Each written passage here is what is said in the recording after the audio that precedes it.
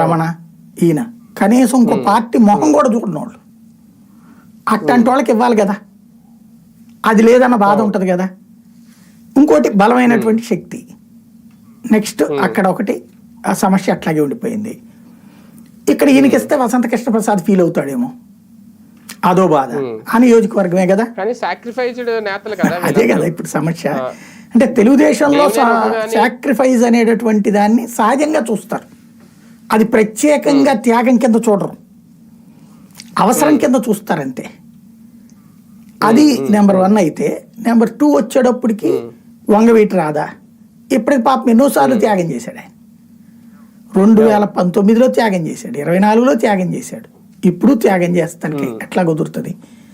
ఇంకోటి జనసేనకి ఆల్టర్నేటివ్గా కాకుండా జనసేనకే అంటే కాపులంతా జనసేనకి రాసేయకూడదు కదా, తన పార్టీలో కూడా బలమైన కాపులు ఉండాలి కదా. అందుకు గంటాకి ఇవ్వలేదు మంత్రి పదవి. ఇప్పుడు ఉన్నటువంటి కాపులది కౌంటబుల్ ఉన్నటువంటి నాయకుడు ఎవరు లేరు తెలుగుదేశం, అంటే ఆ టైప్లో గంటా లాగాను లేకపోతే చినరాజప్ప లాగాను చూపెట్టుకోవడానికి. కాబట్టి ఓ బలమైనటువంటి నాయకుల్ని ప్రొజెక్ట్ చేయాలి. అందుకనే మొన్న ఆళ్ల నానిని తీసుకున్నాడు.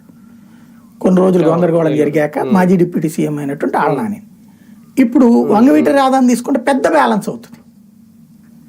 వంగవీటి రాధా గనక ఎమ్మెల్సీ ఇస్తే అది చేస్తారా, బట్ అది